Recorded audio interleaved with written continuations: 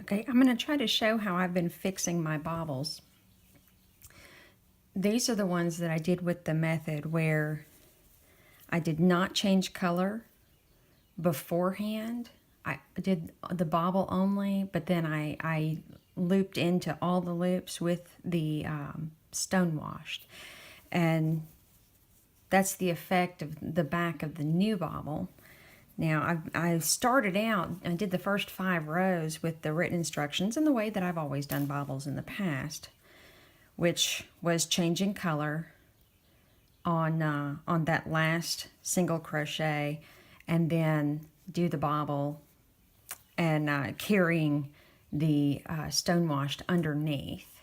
And I'm really bad at videos, by the way. This is the first time I've ever done this, so excuse the sloppiness of it. But so what I've been doing is using sewing thread to go back and fix my bobbles. I'm just knotting a couple stitches behind the bobble itself, and I've had some questions from people, so I thought I would show you because I hadn't quite finished all of them yet. So what I'm doing is, this is one of the old bobbles. I'm reaching under this.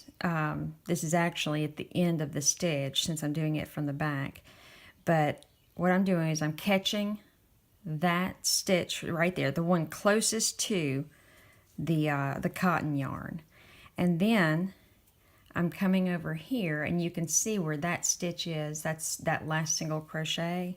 I'm catching the piece of stone wash that is closest to the cotton on that side.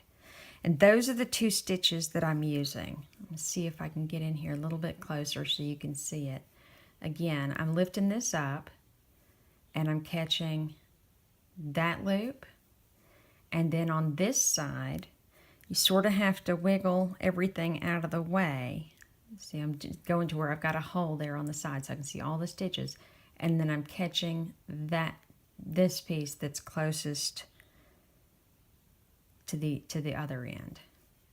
And then at that point, I'm just drawing. I've got a doubled strand of just basic cotton, or I don't know what kind of thread it is. It's just some I've had in my sewing kit. A lot of what I have is like quilting thread, but I think this is just basic, like what you would get in like a beginner sewing kit. It's just basic yarn or basic thread. But then I've got my double strand there, and just tying a knot and getting it to where it's completely closed up. Let me get this secured before I show you.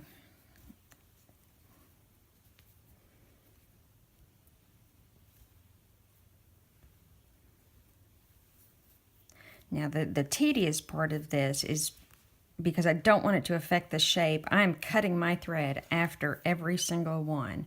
So that's why I've got the billion ends that are going to have to be sewn in. And I've used a little bit darker thread this time so you can actually see it. But, whoop. There it is. So you see I've pulled those together